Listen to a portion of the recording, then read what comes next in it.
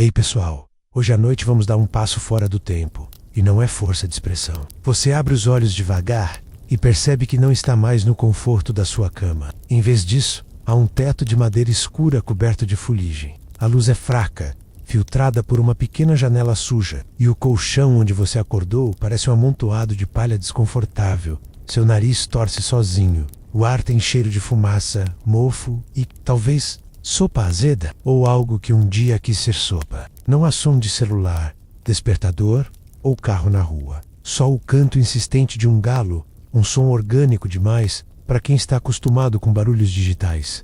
Você tenta se levantar, mas suas costas protestam imediatamente. O chão, de terra batida, está frio, úmido e pontuado por pequenas pedras que o seu pé descalço detecta com precisão. O ambiente é escuro, apertado, e o calor da fogueira no canto parece mais fumaça do que conforto antes de se acomodar para a viagem. Aproveita para curtir o vídeo e se inscrever no canal. Agora, apague as luzes e vamos juntos mergulhar com calma na jornada de hoje. Ao sair da cabana, você é recebido por uma manhã enevoada. O céu está cinzento, o chão coberto de lama, e as pessoas te olham com uma mistura de curiosidade e desconfiança. Algumas carregam baldes de água do poço comunitário, outras, vassouras feitas de galhos secos, e crianças correm atrás de um porco com uma sineta pendurada no pescoço. Você ainda está tentando entender se isso é um jogo ou o início do almoço.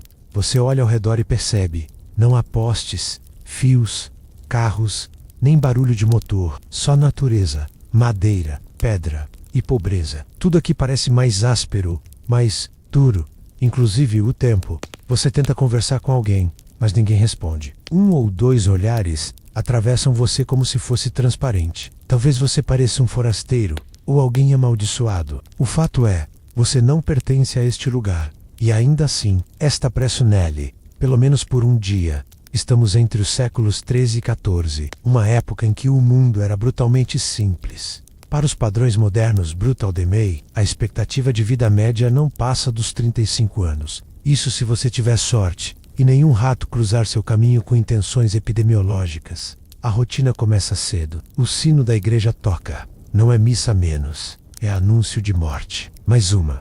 A vila mal tem tempo de chorar. A vida continua, como se a perda fosse apenas um detalhe no cronograma. Um homem empurra um carrinho improvisado, com um corpo coberto por um pano fino. Ele murmura um salmo, ou talvez só algo parecido. Você não sabe se ajuda ou se afasta. Decide apenas observar.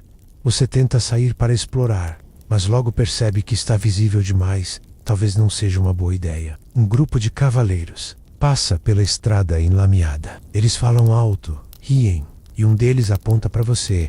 Talvez seu rosto cause estranheza, talvez o jeito que você se move, ou talvez o simples fato de você existir sem propósito. Claro, a roupa que te deram menos ou que você já estava vestindo ao acordar é grossa, feita de lã que arranha. Não há roupa de baixo, não há conforto, só coceira e um calor abafado que não combina com o frio do ambiente. Você caminha pelas redondezas, tentando fazer sentido da paisagem. Casinhas de madeira e pedra, muitas tortas e mal alinhadas, galinhas ciscando livremente. E o cheiro, sempre presente. Uma mistura de fumaça, fezes, barro e fermentação. É quase poético, se você conseguir parar de respirar por alguns segundos. Historicamente, há debates entre estudiosos sobre se a expressão Idade das Trevas é justa. Muitos defendem que houve avanço sim, especialmente no mundo islâmico, em algumas universidades medievais e até nos primórdios do pensamento científico, mas o que você vê agora parece no mínimo sombrio. Literalmente, você volta à sua casa. Uma palavra que aqui significa abrigo mais seco que o lado de fora. Não há cozinha, só um caldeirão escuro sobre brasas fracas. Dentro, um líquido espesso e acinzentado, que parece farelo com água quente. O cheiro não é exatamente apetitoso, mas seu estômago não está em posição de negociar. Você percebe que, ao longo do dia, seu corpo vai acumulando pequenas dores. O pescoço rígido, os joelhos incomodando, uma coceira constante nas costas. Tudo aqui exige esforço até existir. Ao se deitar novamente sobre a palha, a luz da tarde começa a desaparecer. As velas são um luxo que você não tem. Ou fogo. Ainda arde, fraco, mas serve mais para espalhar fumaça do que calor. Lá fora, os sons diminuem. Um cão uiva ao longe. As galinhas se aquietam. E você, envolto em lã, palha e incerteza, percebe que o maior desafio da Idade Média talvez nem seja a fome, a doença ou a violência. É a permanência, a sensação de que o tempo se arrasta. Aqui, cada minuto parece mais longo do que deveria. E mesmo assim, a noite vem menos como sempre vem. A noite cai com um peso estranho. Sem luz elétrica, sem o brilho de telas, sem o conforto reconfortante de um candeeiro moderno, tudo se apaga aos poucos, como se o mundo estivesse se preparando para dormir, não por descanso, mas por sobrevivência. Você tenta relaxar sobre a palha, mas é difícil. O cheiro forte da madeira queimada ainda enche o ar, misturado com o azedo da sopa morna que você mal conseguiu engolir. O fogo crepita baixo, mais fumaça que chama, e o frio começa a se espalhar pelas extremidades do seu corpo.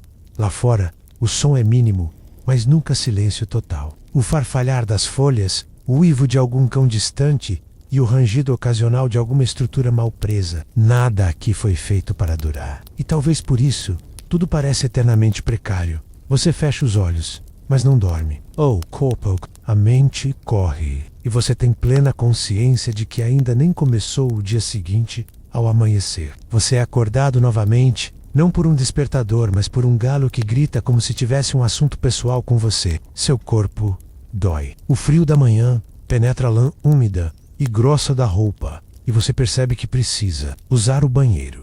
Só que aqui, isso se traduz em caminhar até a VP, menos uma estrutura feita de madeira torta, com um buraco no chão e um balde de serragem ao lado. Você agradece silenciosamente por ter tomado tantas vacinas ao longo da vida. Ao retornar, com um orgulho parcialmente comprometido, você se depara com a rotina começando. Crianças carregam baldes, mulheres acendem fogueiras, homens afiam ferramentas, todos trabalham, todos têm função. Você, por outro lado, é um problema ambulante, inútil e desorientado. Alguém finalmente se dirige a você. Um homem idoso, de rosto sujo e mãos calejadas, fala com voz baixa e direta. Ele aponta para uma pilha de lenha e depois para você. A mensagem é clara. Se quiser comida hoje, trabalhe. Você se abaixa, começa a carregar os pedaços de madeira. Eles são pesados, tortos, cobertos de terra. Suas mãos, que talvez tenham digitado muitos e-mails ou segurado uma caneca de café quentinho ontem, agora estão vermelhas, doloridas e em breve cheias de calos. Entre uma ida e outra, você ouve fragmentos de conversa. Nada, falam sobre uma nova febre na vila vizinha, sobre um rato que foi visto dentro do poço e sobre um cavaleiro que pode passar para cobrar impostos. Você não sabe o que é pior. Ao meio-dia, o sol aparece tímido. É raro ver o céu limpo, mas hoje lhe dá uma trégua. A lama seca um pouco a raça e ácores, e você tem um breve momento de alívio. Mas esse sentimento dura pouco. Um grupo de homens se aproxima com um porco amarrado. Eles começam o abate ali mesmo no meio da vila, com um facão sem muito fio. Você vira o rosto instintivamente, mas o barulho permanece menos bruto, inevitável. As crianças observam com curiosidade, sem traço de nojo. Isso é o almoço e também o jantar. Talvez até o café da manhã dos próximos dias. Você se pergunta quanto tempo levaria para se acostumar com isso. Talvez nunca, talvez alguns anos, mas você não tem anos. Está aqui por um dia e já começa a achar que talvez nem isso. Ao lado do abate, um homem aparece com um saco de couro e começa a distribuir pequenas porções de sal. É o conservante da época. Sal é ouro aqui, literalmente. Um dos bens mais valiosos. É nesse momento que você percebe que a comida, além de escassa, precisa durar. Nada de geladeira, nada de mais, só sal, fumaça e fé. Historicamente, o acesso à carne era um privilégio. A maioria da população camponesa vivia basicamente de mingau, pão escuro e alguma verdura quando o solo cooperava. Comer carne era quase uma celebração, ou um sinal de que alguém morreu e deixou um animal para trás. A curiosidade bizarra do dia vem quando uma senhora, ao ver você coçar a cabeça, te entrega um pequeno sachê com um cheiro forte de vinegre. É o shampoo medieval, vinagre de maçã com ervas. Ela sorri e aponta para o topo da sua cabeça. Vou cantando piolhos. Eles estão por toda parte, Você agradece com um gesto tímido e esfrega o líquido nos cabelos. Arde. Arde muito. Mas talvez funcione. Ou talvez só esteja alimentando uma colônia inteira. A tarde continua. Você é encarregado agora de buscar água no poço. A fila é longa. A corda que segura o balde é áspera e desgastada. Quando finalmente pega a água, percebe que ela está turva. Você hesita. Bebe, não bebe, decide guardar para ferver se tiver fogo. Se tiver tempo, historiadores ainda discutem se a população camponesa medieval tinha alguma consciência da contaminação da água. Alcans, textos sugerem que sabiam que a água do poço deveria ser fervida, menos mesmo sem entender os micro-organismos. Outros indicam que isso era raríssimo e que a fé era a principal ferramenta de proteção. Você volta com o balde, sentindo os braços doerem. As pessoas ao redor continuam suas tarefas. Ninguém parece realmente feliz, mas ninguém reclama. Aqui, reclamar é desperdício de energia. E energia é uma moeda cara. Você observa os rostos, os olhos fundos, os dentes faltando, as mãos grossas e sujas, percebe que todos ali são mais jovens do que parecem. O tempo aqui não só passa, ele passa. Você senta num tronco velho. Pela primeira vez no dia, alguém te oferece um pedaço de pão. Ele é escuro, duro, quase uma pedra, mas você aceita. A fome venceu a frescura há horas. Ao morder o pão, você se pergunta, como será a noite? E, mais importante, como alguém conseguia viver uma vida inteira assim? O fim da tarde chega de forma quase melancólica. O céu ganha tons alaranjados e acinzentados ao mesmo tempo, como se até o pôr do sol estivesse coberto por uma camada de poeira e cansaço. O ar esfria rápido. O calor momentâneo do Maiodea desaparece como se nunca tivesse existido. E agora o vento corta sua pele como uma faca embotada. Você volta para a cabana que, apesar de precária, começa a parecer familiar. Há algo estranho e até reconfortante. Nisso, talvez seja um instinto de sobrevivência tentando te convencer de que tem um lar. Ao entrar, percebe que alguém mexeu na fogueira. Há mais brasas agora e um pouco mais de luz. Um gesto de bondade, talvez. Ou talvez alguém só tenha usado o lugar enquanto você estava fora. Aqui, propriedade é algo fluido e conforto é sempre coletivo. Você se senta num banco de madeira que range como se fosse implorar para não ser usado. Um prato rosso, feito de cerâmica tosca, é colocado à sua frente. Dentro dele, uma sopa escura com pedaços não identificáveis. Você não pergunta o que é. Sabe que a resposta pode ser pior do que a dúvida. A textura é espessa. O gosto é de fumaça e algo vagamente vegetal, mas é quente. E quente, neste momento, é sinônimo de vida enquanto ouve vozes do lado de fora. Um grupo se reúne ao redor de uma fogueira maior e você decide se aproximar. Talvez consiga entender mais daquele lugar, ou pelo menos sentir que não está sozinho. As pessoas conversam em tons baixos, como se tivessem medo de acordar algo que dorme debaixo da terra. Uma mulher mais velha conta histórias para duas crianças. Ela fala de fadas que trocam bebês, de homens-lobo que caçam nas florestas, de espíritos que vivem nos sinos das igrejas. Você sorri por dentro. Não porque acredita, mas porque percebe que isso é o que substitui a internet aqui. O medo, o mito, a imaginação. Sem Netflix, as pessoas inventam episódios novos toda noite, menos com direito a monstros, finais trágicos e, às vezes, um pouco de esperança historicamente. A Idade Média foi um terreno fértil para o imaginário popular. Era uma era onde religião, superstição e ciência conviviam, obrigavam na mesma cabeça. Historiadores ainda discutem se o povo realmente acreditava em tudo, ou se parte dessas histórias servia como ferramenta de controle. Talvez os dois. Clima da fogueira é estranho, confortável, mas tenso. Uma criança pergunta sobre o estranho que apareceu hoje, e você, mesmo de costas, sabe que é você. A velha responde com uma frase cortante. Se veio de longe, talvez traga azar. Você finge que não entendeu. Você se afasta e volta à cabana. Lá dentro, a noite avança. Não há porta de verdade, só uma cortina pesada feita de linho. Crosso, ela balança com o vento, deixando passar um ar gélido que te faz desejar qualquer coisa minimamente isolante. Você se deita de novo sobre a palha, que agora parece ainda mais desconfortável do que na noite anterior. Cada movimento é um estalo, um rangido, uma coceira nova. Deitado ali, começa a perceber os detalhes menores. uma corrente de ar que vem de um buraco na parede. Um barulho constante, como um roer dentro da madeira, menos provavelmente ratos. E um zumbido vindo de perto da sua cabeça. Quando você olha, encontra um pequeno ninho de insetos num canto do teto. Vulcas, com força. A higiene é um conceito fluido na Idade Média. Banhos são raros, em algumas culturas europeias, considerados perigosos, já que abrir os poros poderia deixar doenças entrarem.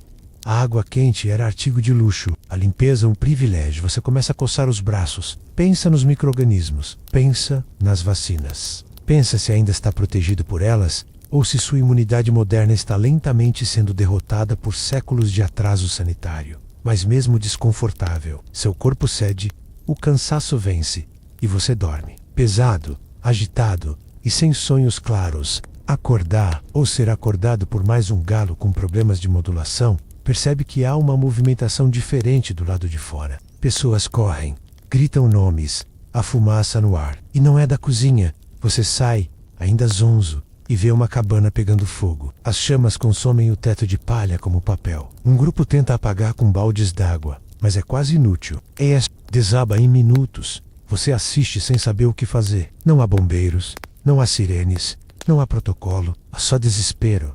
Curiosamente, não há choros, nem gritos de dor. Sou frustracá, como se fosse um evento rotineiro. E de certa forma, a curiosidade mórbida do momento surge quando um homem, tentando salvar objetos da casa, sai correndo com uma pequena estátua de um santo. Ele beija a testa da escultura e murmura algo. O valor espiritual da peça é maior que qualquer móvel ou roupa. Depois do incêndio, a vila parece silenciosa demais. A fumaça continua subindo, como um lembrete do que acabou de acontecer. E você percebe que aqui, a vida é sempre por um fio, ou por uma faísca.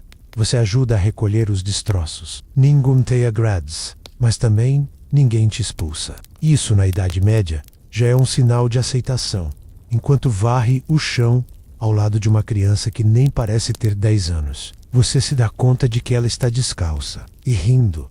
Ela encontra uma colher torta entre os escombros e grita de alegria. Para ela, é um tesouro, e você começa a entender que talvez o maior desafio aqui não seja a dor, a sujeira ou o frio, é o contraste.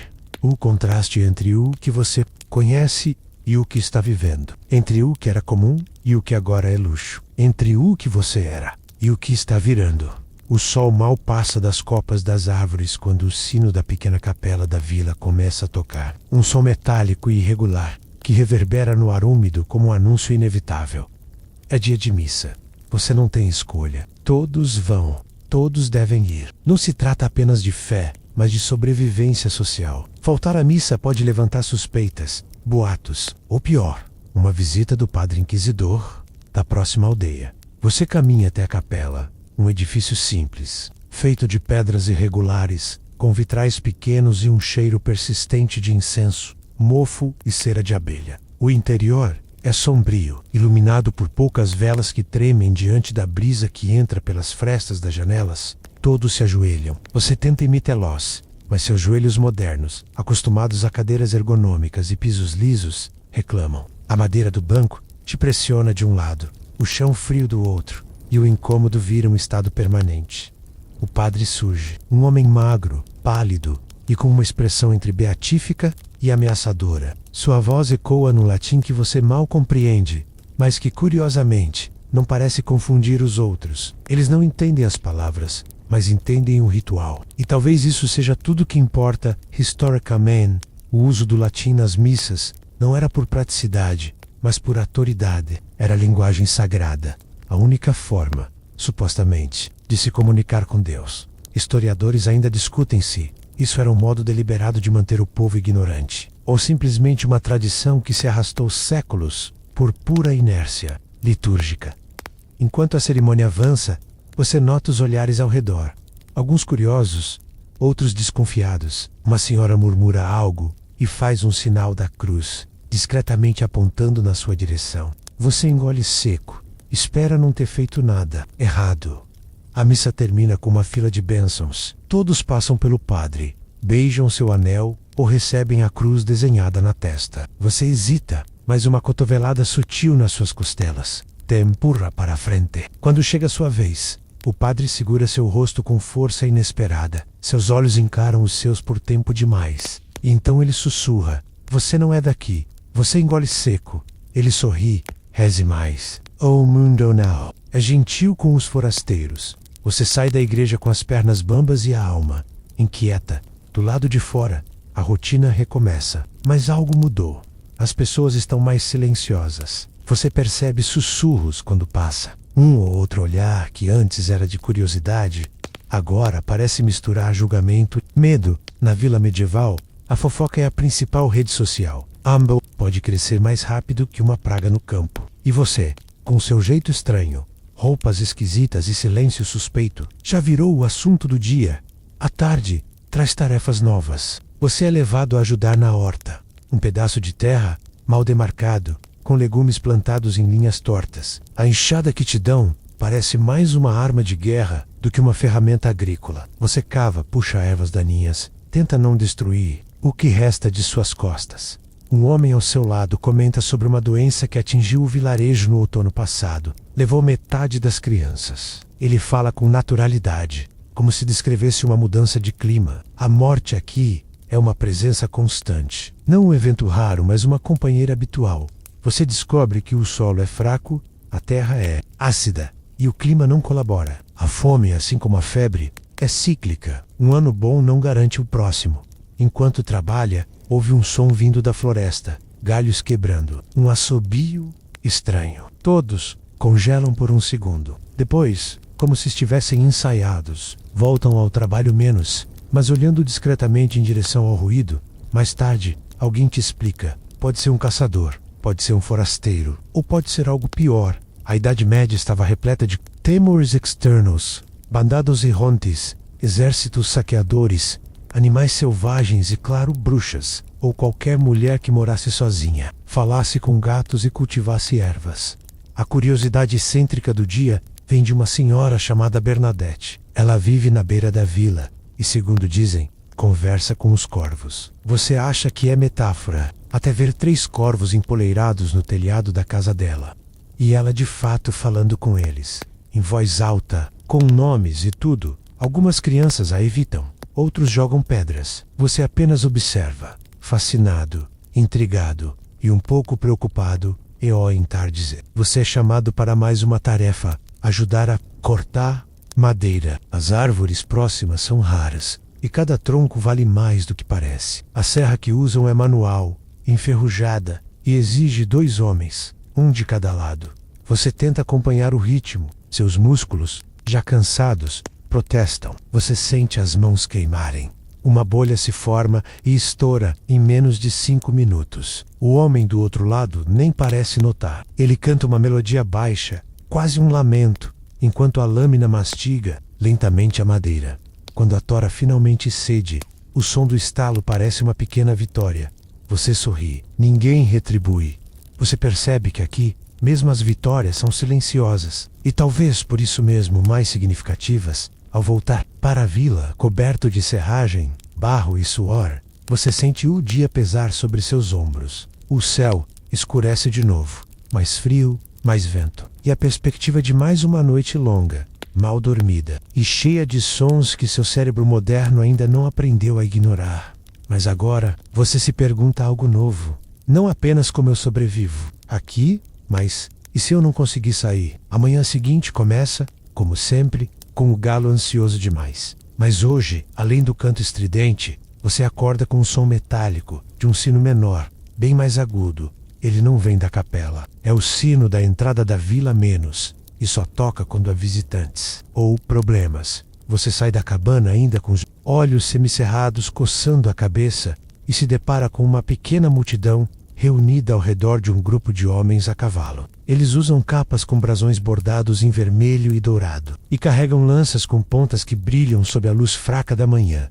Um deles desce do cavalo e proclama, com voz firme, por ordem do barão, recolheremos tributos e homens para o serviço de manutenção da estrada real. Quem tiver 2 braços, venha. Quem tiver algo a dar, entregue. Você se pergunta se isso inclui você, e a resposta chega rápido. Um dos cavaleiros aponta direto na sua direção. E aí, novo por aqui.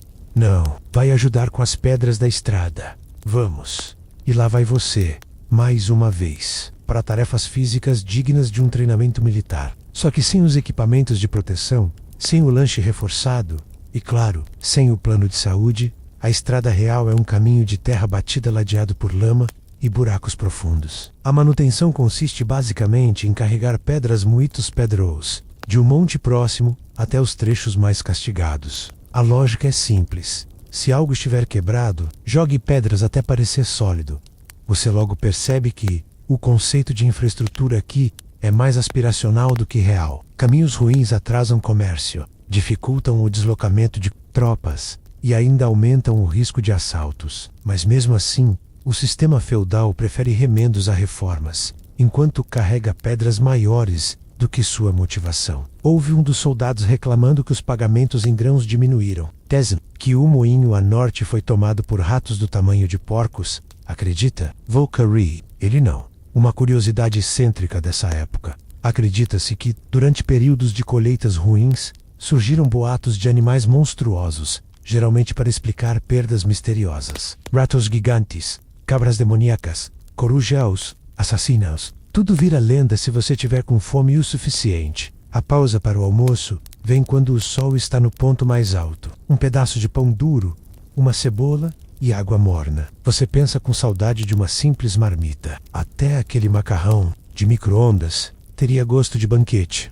Você senta à sombra de uma árvore, ofegante, quando um homem mais velho se aproxima e se apresenta como Emerick. Ele tem olhos fundos, barba irregular e mãos que mais parecem cascas de árvore. Ele ri do seu estado deplorável, mas de forma quase carinhosa. No seu primeiro ano, você acha que vai morrer. No segundo, você só torce para não perder os dedos no inverno. No terceiro, você nem nota mais. Você pergunta há quanto tempo ele está ali. Desde sempre, eu acho. Não lembro de outro lugar. Historiadores ainda discutem até que ponto os camponeses medievais tinham consciência histórica. Muitos viviam e morriam no mesmo vilarejo, sem jamais viajar mais de 10 quilômetros. O tempo, para eles, era uma repetição menos colheita, inverno, fome, missa, doença, primavera, colheita. Você volta ao trabalho, agora mais silencioso. Carregar pedras vira uma espécie de transe, uma meditação bruta, o peso constante, o som repetitivo, o suor escorrendo pelas costas como um lembrete de que seu corpo ainda está tentando acompanhar a mente. Ao final do dia, você retorna à vila com os outros. As mãos latejam, os pés doem, e sua coluna parece ter envelhecido uma década. Mas há algo mais. Você começa a se acostumar, e isso te assusta mais do que a dor. Na entrada da vila, uma pequena tenda foi armada. Um curandeiro chegou. Não um médico. Esses, quando existiam, estavam nas cidades e custavam mais do que um camponês poderia pagar. Mas o curandeiro, esse era mais acessível e mais folclórico. Você se aproxima. O homem tem um chapéu estranho, repleto de penas e ossos pequenos. Ele segura um frasco com um líquido verde que parece limonada deixada ao sol por uma semana. Tonos, braços, dor nas costas, visões estranhas. Isso aqui resolve tudo. Você hesita, mas a dor vence. Toma um gole. O gosto é indescritível. Amargo, oleoso, com um leve toque de... Será que é cebola? Minutos depois, você sente um formigamento estranho nos dedos. O curandeiro sorri. Isso é bom sinal.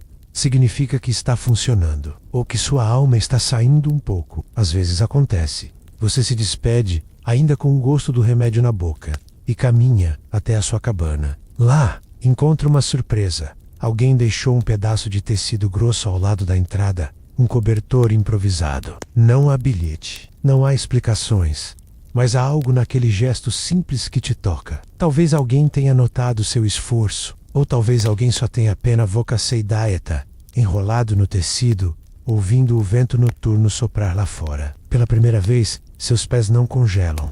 E curiosamente, você sente uma pontinha de gratidão. Acordar com o corpo doendo já não é novidade. A novidade é que hoje, você acorda com barulho de tambor, um som ritmado, insistente e nada promissor. Lá fora, o vilarejo está em movimento menos mais do que o normal. Gente correndo, vozes levantadas, crianças sendo puxadas pelas mãos com pressa. Você sai da cabana e alguém grita em sua direção.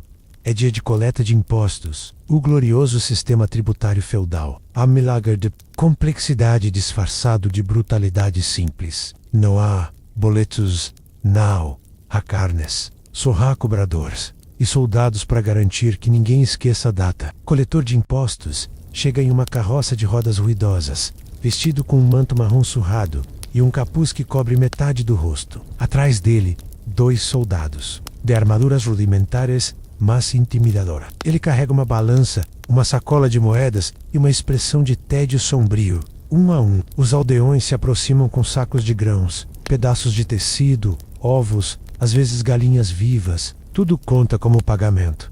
Dinheiro mesmo, quase ninguém tem. A moeda circula pouco, e quando circula, geralmente volta direto para a nobreza.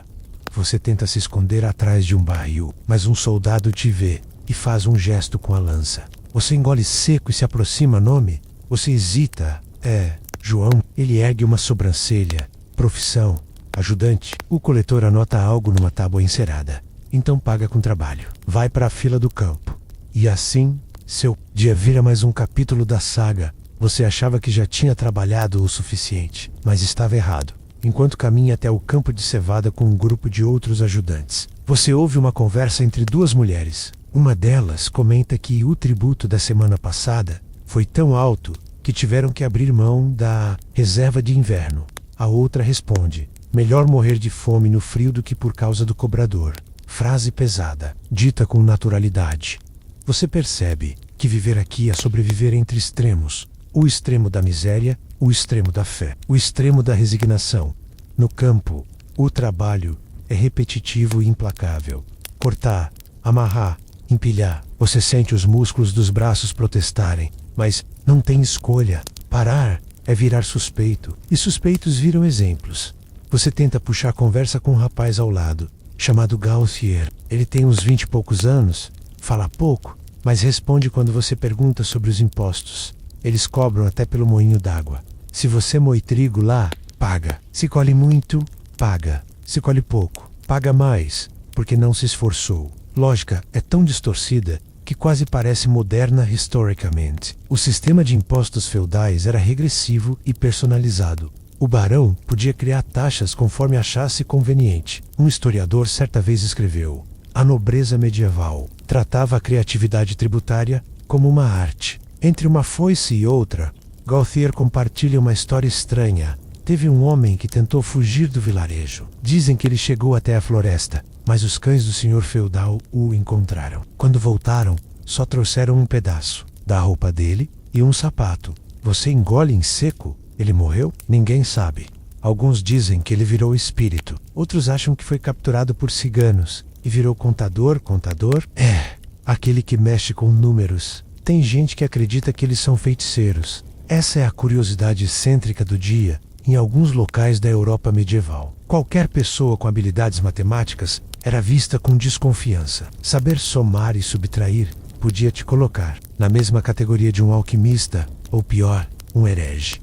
Ao final do dia, enquanto o sol desce no horizonte e o céu se tinge de laranja, você ajuda a empilhar os feixes de cevada. Suas mãos estão calejadas, a pele irritada pelo contato constante com a palha seca. O suor já secou tantas vezes no seu corpo que parece ter virado uma segunda camada de sal. Você olha em volta todos exaustos, todos em silêncio. O cobrador de impostos passa montado, agora sorrindo. Os sacos de coleta estão cheios. Ele está satisfeito. O vilarejo, menos. De volta à vila você percebe que a taberna está cheia. Não de alegria, mas de necessidade. O vinho aguado e o pão mofado parecem menos amargos quando compartilhados com outros rostos sofridos. Você se senta num canto e ouve a conversa fluir. Um homem fala sobre um sonho estranho. Ele viu o céu se abrindo e uma cidade flutuando acima das nuvens. Talvez seja o paraíso, diz ele. Outro responde: ou é só febre? Comi cogumelos ruins ontem. Você ri. Eles também. Pela primeira vez, você sente que não está totalmente fora do lugar. Mas quando chega a hora de dormir, ao se deitar sobre o chão duro, você percebe que seu corpo está cedendo. Lentamente, você está se moldando a esse mundo. E ao mesmo tempo, ele está se moldando a você. Você desperta com o cheiro do fogo crepitando e a fumaça entrando pela fresta da cabana. O amanhecer traz uma nova tarefa. Hoje é dia de feira na vila vizinha. Uma chance rara para os camponeses trocarem seus produtos e, claro, enfrentarem uma boa dose de burocracia feudal. Você veste as roupas mais limpas que possui e nada sofisticado. Só o suficiente para parecer menos um animal e mais um ser humano. E segue com um grupo. A viagem até a vila é lenta, pois as estradas, como você já sabe, são um teste constante para suas habilidades de equilíbrio e resistência física durante a caminhada. Escuta histórias sobre a feira. Alguns comerciantes ambulantes chegam, com especiarias exóticas, tecidos coloridos e até pequenas invenções mecânicas que parecem coisa de outro mundo. Mas para Voca, o maior desafio será evitar os fiscais do senhor feudal, que aproveitam a oportunidade para cobrar mais taxas, muitas vezes arbitrárias. Chegando à feira, seus sentidos são bombardeados por sons, cheiros e imagens. Barracas cheias de frutas, vegetais, carnes secas. O grito dos vendedores anunciando seus produtos. Crianças correndo e brincando. O som metálico de moedas trocadas. Você tenta se misturar, mas sente o olhar atento de vários homens em armaduras, sempre prontos para confiscar mercadorias, cobrar multas e garantir que ninguém escape da autoridade do barão. Entre uma negociação e outra, você encontra um velho conhecido, um ferreiro que fabrica pequenos amuletos de proteção contra o mal olhado. Ele conta que a crença nessas proteções é tão forte que muitos preferem usar amuletos do que confiar na justiça local, que é lenta e parcial. Enquanto observa a movimentação, uma curiosidade te chama a atenção. Em algumas feiras medievais, havia a tradição de um juiz de praça improvisado que decidia disputas na hora, com sentenças que poderiam variar de multas a castigos corporais. Historiadores ainda discutem se esses juízes tinham algum tipo de formação legal, ou se eram apenas figuras de autoridade escolhidas por influência social e poder local. Que, convenhamos, não é muito diferente do que vemos em alguns lugares hoje. Depois de um dia inteiro tentando não ser explorado, seu grupo começa a viagem de volta. Você está cansado, com os pés latejando e a cabeça cheia de pensamentos. A feira é um microcosmo da Idade Média. Um lugar de oportunidade, mas também de tensão constante. Quando finalmente volta à sua vila, a noite cai com uma calma que parece quase falsa. Você se deita em sua cama dura, sentindo o peso do dia, e a certeza de que, para sobreviver aqui, cada dia será uma nova batalha. E enquanto fecha os olhos, pensa, você realmente não duraria um dia na Idade Média. E isso talvez seja um alívio. Você acorda sentindo um frio cortante. O inverno medieval não é um capricho da natureza, menos é uma prova cruel de resistência. E você, que está descobrindo o que é viver naquela época, sente na pele que muitos chamam de o verdadeiro inimigo do camponês, a calefação. Essa palavra ainda não foi inventada. A única fonte de calor na sua cabana é um pequeno fogo no centro, que mal aquece e ainda deixa a fumaça invadir o ambiente. Você tenta proteger-se com as roupas que tem, feitas de lã grosseira e tropos remendados, mas não adianta muito. Ao sair, a vila está coberta por uma fina camada de gelo, e o ar parece pesado, quase sólido. Você observa que muitos dos moradores têm os pés inchados e vermelhos, o famoso pé de trincheira, ou congelamento, uma ameaça real que podia levar à gangrena e até à perda dos dedos. Você lembra daquele cobertor grosso que encontrou há alguns dias, e percebe que sem ele, as noites seriam muito piores. A sobrevivência aqui é feita de pequenos milagres, e um pedaço de tecido pode significar a diferença entre suportar o frio ou sucumbir a ele. No campo, o trabalho continua, mas agora com o dobro de dificuldade. A terra congelada é quase impossível de cultivar, e as colheitas são escassas. Os animais do vilarejo também sofrem menos. Muitos morrem por falta de comida e abrigo. Você encontra Emeric, o velho camponês, que conhece como poucos os segredos do inverno medieval. Ele lhe conta sobre as fomes negras, períodos em que a escassez era tão severa que famílias inteiras passavam dias sem comer. Ele também menciona a curiosa prática de guardar grãos dentro das roupas, para evitar que fossem roubados durante as viagens até o mercado. Pode parecer absurdo, mas em tempos de fome, toda a estratégia era válida. Enquanto o dia avança, você sente o corpo cansado, os dedos dormentes e uma fome constante que parece ecoar dentro do estômago. Historiadores ainda discutem se a má nutrição generalizada daquela época influenciou diretamente na baixa expectativa de vida. Ou, se foram as doenças que chegaram primeiro. Ao anoitecer, um grupo se reúne para contar histórias ao redor da fogueira. Lendas sobre dragões, santos milagrosos e demônios que assombram a floresta fazem o tempo passar mais rápido e afastam um pouco o medo. Você se deixa envolver pela narrativa, sentindo uma estranha mistura de conforto e inquietação. E quando se deita, a sensação de frio é quase tão grande quanto o alívio por ter passado mais um dia. Você sabe que amanhã será outro teste, mas no fundo, começa a entender o que significa resistência naquela era. Você acorda com uma sensação diferente no ar, uma tensão quase palpável, como se algo estivesse prestes a acontecer. Logo, descobre que hoje é dia de julgamento público, um evento que reúne toda a vila para assistir a um espetáculo de poder, justiça e, claro, medo.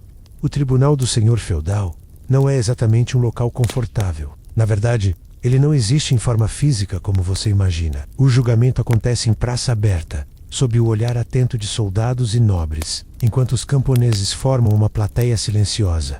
Um homem do vilarejo foi acusado de furtar um pedaço de pão. O crime pode parecer pequeno, mas a punição pode ser severa menos e serve de exemplo para todos. Você observa enquanto o juiz improvisado lê a acusação. O homem se defende, dizendo que estava com fome e que não roubou. Apenas pegou o que precisava para sobreviver. O debate começa. Alguns defendem a misericórdia, outros clamam por justiça rígida. Historiadores ainda discutem se esses julgamentos eram realmente justos ou meras encenações para manter o controle social. No final, a sentença é anunciada. O homem terá que pagar uma multa em forma de trabalho forçado e terá a mão marcada com um ferro quente para que todos saibam do seu crime. Você sente um calafrio. A justiça medieval é dura, muitas vezes cruel, e feita para garantir a ordem, não a equidade, enquanto o condenado é levado para cumprir a sentença. Você percebe a mistura de medo e resignação no rosto dos espectadores. Muitos ali poderiam ser os próximos. Essa exposição pública é, para eles, um lembrete constante do poder do senhor feudal e da fragilidade da vida camponesa. Você caminha de volta para casa, pensativo. A dureza daquele sistema parece esmagadora, mas também há algo de curioso. A maneira como a comunidade se une, mesmo diante das adversidades e injustiças. E você começa a entender que, apesar de não durar um dia na Idade Média, há lições valiosas escondidas em cada desafio. Você se levanta com o sol ainda tímido no horizonte, percebendo que, hoje, o trabalho no campo será ainda mais árduo. A plantação de trigo está começando a crescer, e o senhor feudal quer resultados. Ou melhor, mais lucros. A agricultura medieval é um misto de esperança e desespero. Você manuseia a enxada com cuidado, sentindo o solo duro e cheio de pedras. Cada esforço parece maior do que o anterior, e mesmo assim, você sabe que a safra pode ser arruinada por uma tempestade, pragas ou simplesmente pela seca. Enquanto trabalha, um homem mais velho se aproxima e comenta sobre o calendário agrícola. Segundo ele, o solstício de verão é um período sagrado, onde rituais antigos são realizados para garantir boas colheitas. Você imagina cenas de aldeões dançando em círculos, cantando canções estranhas para afastar os maus espíritos. A verdade é que, embora a religião predominante fosse o cristianismo, muitas práticas pagãs ainda resistiam, camufladas sob novos nomes e significados. E falando em curiosidades, sabia que na Idade Média, os agricultores acreditavam que certos tipos de música podiam influenciar o crescimento das plantas? Sim, um estudo histórico mostra que alguns fazendeiros tocavam flautas para o milho crescer melhor. Enquanto você reflete sobre isso, percebe que há uma disputa no vilarejo. Alguns defendem que a agricultura deve ser planejada com base no conhecimento empírico e observações da natureza, enquanto outros confiam cegamente nas ordens do senhor feudal. Historiadores ainda discutem se essa tensão entre ciência incipiente e superstição foi o que realmente atrasou o avanço agrícola da época. O sol está forte e seu corpo já está cansado. Você para beber água de um pequeno riacho, tentando afastar o cansaço que ameaça dominá-lo. Ao final do dia, quando volta para a vila, vê que o moinho de vento está em funcionamento. Uma das poucas tecnologias que poderiam aliviar a dureza do trabalho manual, mas que ainda era um privilégio de poucos. Você pensa, a tecnologia existia, mas o acesso era limitado. E isso, no fim, era um dos grandes motivos para que sobreviver na Idade Média fosse tão difícil. Voca Seidaiata, sentindo cada músculo doer, mas também uma estranha satisfação por ter cumprido mais um dia. E se perguntar, será que alguma coisa mudou mesmo? O dia começa com o som distante de uma sineta, convocando os moradores para a missa matinal. A religião permeia cada aspecto da vida medieval. E você logo percebe que participar das cerimônias não é opcional. É uma obrigação social e espiritual. Ao caminhar até a pequena capela da vila, você sente o peso das expectativas e a curiosidade de todos os olhares. O padre, um homem de voz firme e olhar penetrante, começa o sermão com uma mensagem clara. O sofrimento é uma prova de fé, e a salvação está reservada para os que aceitam seu destino com humildade. Você observa as velas tremeluzindo, aroma de incenso misturado com o suor da multidão, e o canto dos fiéis que ecoa pelas paredes de pedra fria. Uma curiosidade: durante a Idade Média, os sermões muitas vezes incluíam histórias assustadoras sobre o inferno e punições eternas, usadas como método eficaz de controle social. Historiadores ainda discutem o grau em que a Igreja influenciava não só a espiritualidade, mas também as leis e a política local, atuando como uma força quase tão poderosa quanto o senhor feudal. Depois da missa, você percebe como a religião orientava o ritmo do dia, menos horários de trabalho. Refeições e descanso eram definidos em torno das orações e festivais. Mais tarde, na taberna, uma conversa chama sua atenção. Um grupo debate se os santos realmente realizavam milagres ou se tudo não passava de histórias contadas para manter a fé viva. Você ri, silenciosamente, lembrando que, mesmo hoje, ainda existem debates parecidos sobre crenças e ciência. O dia termina com você refletindo sobre o poder da fé. Na Idade Média, menos um poder capaz de unir, mas também de controlar e moldar a vida de cada pessoa. Ao se deitar, você sente que, apesar de todas as dificuldades, a religião era um dos poucos refúgios que trazia algum conforto, e isso, de certa forma, ajudava a manter o equilíbrio entre esperança e sobrevivência. Você começa o dia sentindo uma mistura de cansaço e curiosidade. Hoje, vai explorar a parte da vila onde se encontram os artesãos, os ferreiros, carpinteiros e tecelões que produzem os objetos essenciais para a vida diária. Diferente do trabalho pesado no campo, aqui o ritmo é ditado pela precisão e paciência. Ao entrar na oficina do ferreiro, você sente o calor intenso do fogo, o cheiro forte de metal aquecido e o som rítmico do martelo batendo no aço. O ferreiro explica que o trabalho dele não é só forjar ferramentas e armas, mas também criar objetos que muitas vezes se tornam símbolos de status. Você observa que, apesar da importância do ofício, o ferreiro vive sob regras rígidas, impostas pela guilda, menos uma espécie de associação que controla quem pode exercer a profissão e como. Uma curiosidade: sabe que os artesãos medievais tinham um código de conduta quase tão rigoroso quanto os samurais japoneses? Eles deviam seguir normas estritas, incluindo a forma de se vestir e até como cumprimentar os clientes. Historiadores ainda discutem o impacto que as guildas tiveram no desenvolvimento econômico da época, menos se foram um motor de inovação ou um obstáculo para a livre concorrência. Enquanto isso, na parte da vila dedicada à tecelagem, você vê mulheres trabalhando com fiandeiras e teares manuais, produzindo tecidos que, embora simples, eram vitais para a sobrevivência. Um detalhe curioso: para conseguir cores vibrantes nos tecidos, os artesãos usavam corantes naturais que podiam ser tóxicos, como o índigo ou o vermelho, feito com cochonilhas, insetos esmagados que hoje causariam nojo, mas na época eram ouro líquido. Você percebe como a vida medieval era um equilíbrio delicado entre arte, trabalho e risco constante. Ao final do dia, cansado, você sente um profundo respeito por essas mãos que criavam beleza e utilidade em meio a tanta adversidade. E enquanto se prepara para dormir, pensa: o mundo medieval pode até parecer brutal, mas nele havia também uma criatividade fascinante. Você acorda com o som distante de tambores e trombetas. Hoje é dia de torneio medieval, um evento raro e esperado pela vila inteira. Os torneios são espetáculos grandiosos, onde cavaleiros mostram suas habilidades em combates simulados, lançando lanças e espadas com força e precisão. Você decide ir até o campo aberto onde a competição acontece. O cheiro de cavalos, terra revolvida e suor mistura-se no ar, enquanto a multidão se reúne para assistir ao evento. Crianças correm entre as barracas, e vendedores oferecem comida simples, como pão e queijo.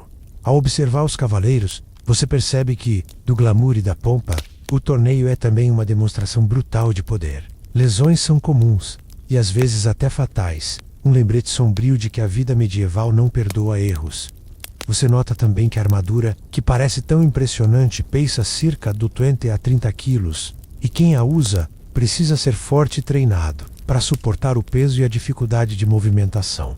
Uma curiosidade interessante: nos torneios existiam regras rígidas que variavam de região para região, e alguns historiadores discutem se essas competições foram a inspiração para os primeiros códigos de conduta dos cavaleiros, conhecidos como cavalaria.